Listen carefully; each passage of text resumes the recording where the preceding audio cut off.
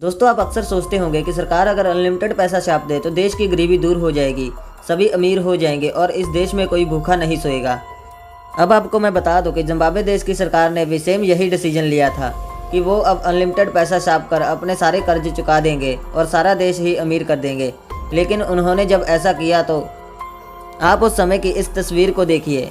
अब आप ये सोच रहे होंगे कि वहाँ पर तो बच्चा बच्चा अमीर हो गया, लेकिन आपको शायद ये नहीं पता कि ये बच्चा इतने सारे पैसों से सिर्फ एक ब्रेड का पैकेट खरीदने जा रहा है। यानी कि वहाँ पर एक ब्रेड का पैकेट इतना महंगा हो गया है कि वहाँ छापे गए पैसे भी किसी काम के ना रहे।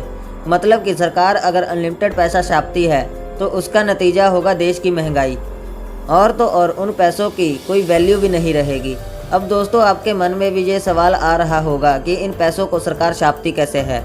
तो चलिए आपको बताते हैं कि सरकार इन पैसों को कैसे छापती है। तो चलिए वीडियो शुरू करते हैं।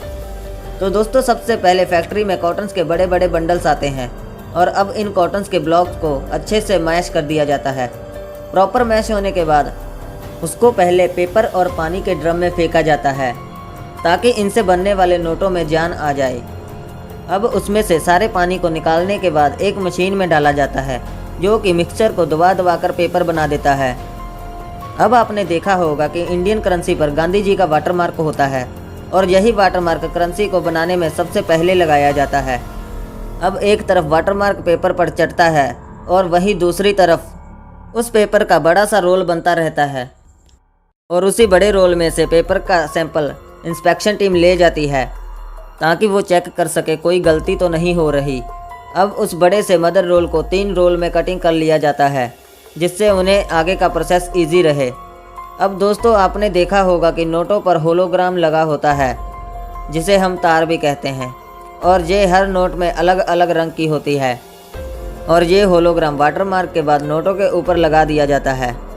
अब इसके बाद पेपर का विजुअल इंस्पेक्शन होता है जो कि कंप्यूटर के ज़रिए किया जाता है और ये क्वालिटी इंस्पेक्टर अच्छे से चेक कर लेते हैं कि नोटों पर लगा वाटरमार्क और होलोग्राम ठीक भी है या नहीं।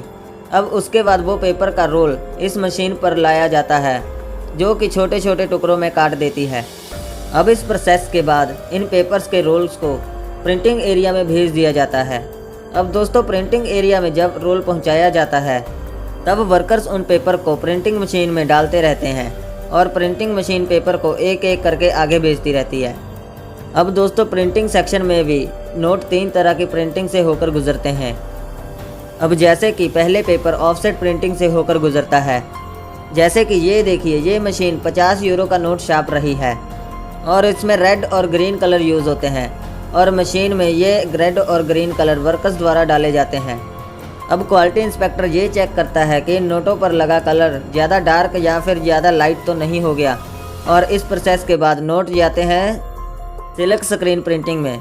अब जैसे कि नोट पर 2000 लिखा है जो कि हर एंगल से अलग रंग का दिखता है और दूसरे एंगल से उसका कलर चेंज हो जाता है। ऐसी प्रिंटिंग सिल्क स्क्रीन प्रिंटिंग में करी जाती है। अब फाइनली लास्ट वाली प्रिंटिंग है इंटाल्जियो प्रिंटिंग। अब इस प्रिंटिंग में नोट के ऊपर टेक्स्ट प्रिंट किए जाते हैं जिससे अगर आप नोट के ऊपर हाथ लगाते हो तो उससे पता चलता है कि नोट के ऊपर कुछ लिखा हुआ है। इस तरह के टेक्सचर इंटाल्जियो प्रिंटिंग में लगाए जाते हैं। अब प्रिंटिंग के बाद नोटों को कटिंग मशीन में भेजा जाता है जहां पर नोटों को प्रॉपर साइज़ में काट दिया जाता है और फिर वो नोट पैकेजेस को बड़े बड़े कंटेनर्स में डालकर अलग अलग बैंक्स में भेज दिए जाते हैं और जो नोट वहां पर ख़राब हो जाते हैं उन्हें आरबीआई में भेज दिया जाता है और उसके बाद में कटिंग करवा कर दोबारा उतने नोट छाप दिए जाते हैं। तो दोस्तों, आपको वीडियो कैसी लगी हमें कमेंट करके ज़रूर बताना। वीडियो को लाइक और शेयर ज़रूर करना और ऐसी जानकारियों के लिए हमारे चैनल को सब्सक्राइब करना मत भूलिए।